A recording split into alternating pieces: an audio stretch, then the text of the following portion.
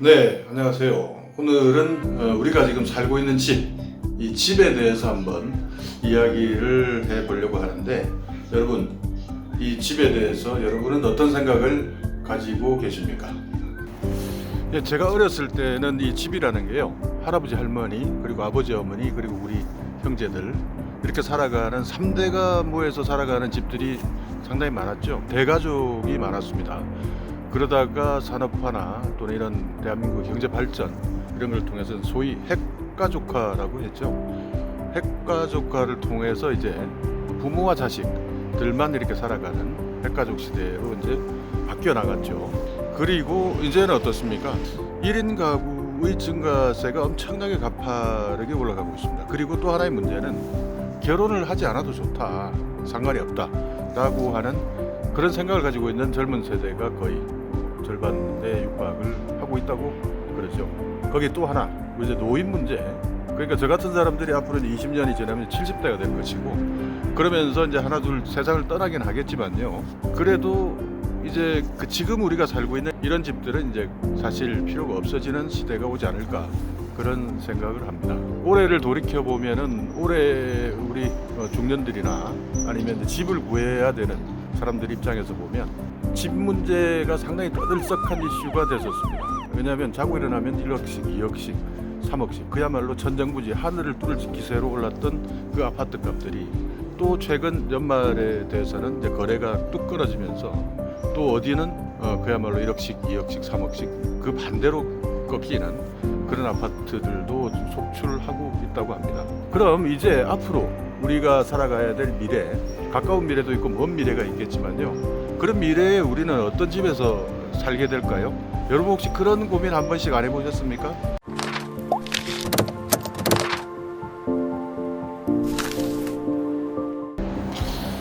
네, 결론적으로 이야기를 하면 저는 집이 말 그대로 우리가 쉴 수 있는 공간, 의식주라고 하는 그런 집이었으면 좋겠다 하는 그런 생각을 저는 가지고 있습니다. 그래서 지금 투기 또는 투자 대상 뭐 이런 집이 아닌 세상이 온다. 미래에 우리가 살아갈 그런 집이라는 것은, 그런 공간이라는 것은 지금처럼 투자나 투기의 대상이 아닌 그런 집이 온다라는 것을 제가 결론적으로 먼저 말씀을 드리겠습니다. 여러분께서는 뭐 어떻게 생각하실지 몰라도 일단 수요 공급을 한번 봐야 될 것 같아요.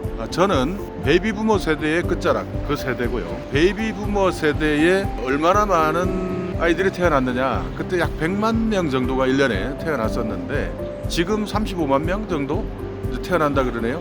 거의 3분의 1 정도가 일단 줄은 겁니다.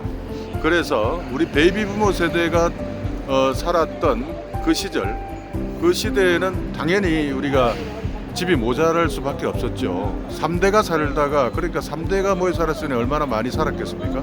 그분들이 살고 있는 집을 한 채로 봤을 때 지금은 핵가족화를 거쳐서 1인 가구 시대, 그러니까 집의 수요는 폭발적으로 늘어났던 거죠. 그러다 보니 집이 모자랐고, 그래서 집값은 당연히 오를 수밖에 없었습니다. 그리고 일본 같은 예를 들어서도 일본에는 빈집 때문에 유령 도시들이 많이 생겨나고 있어요. 그런 빈집들 때문에 일본의 지방자치단체들도 지금 큰 골칫거리인데요.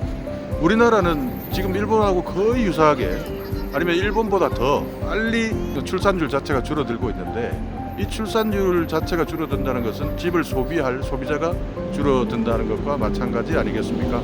물론 우리 세대까지는요, 아마 집은 투자 또는 투기, 저희들이 뭐 돈을 조금 벌 수 있는 그런 시기를 가졌었다 그러면 우리 자식들은 제가 보기에는 부동산 가지고 돈 버는 시대는 이제 지나가지 않았느냐, 그렇게 생각을 하거든요.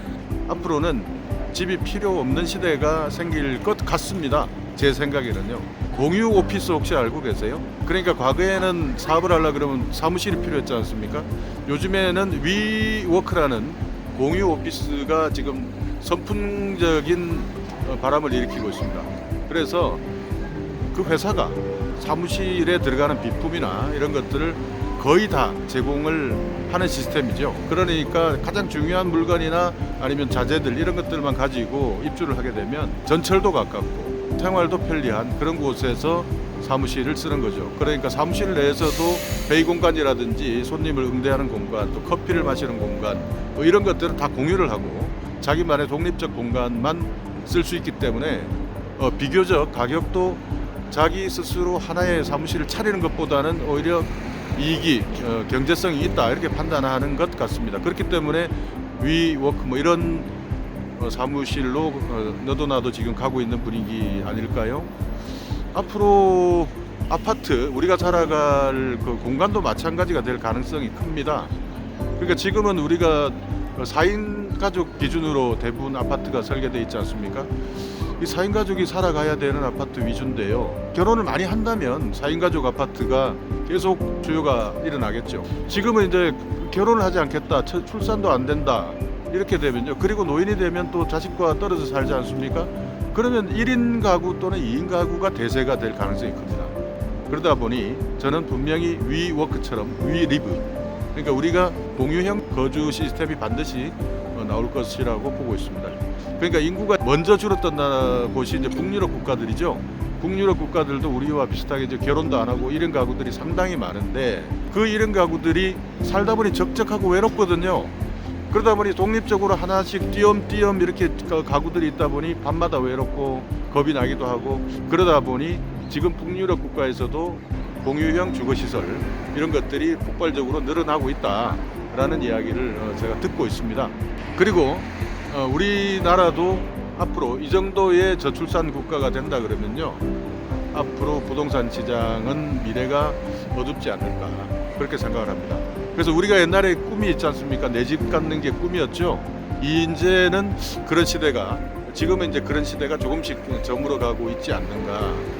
이제 앞으로 트렌드, 우리나라가 앞으로 10년, 20년 우리 아이들의 세대가 됐을 때, 아이들이 주인공이 되는, 중심이 되는 세대가 됐을 때의 부동산 또는 우리 주거시설, 아파트 이런 것들이 어떤 의미를 가지느냐, 이런 것들을 잘 생각해 보시고 판단은 여러분들께서 하시고요.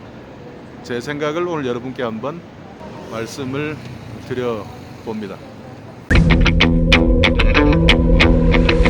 Action.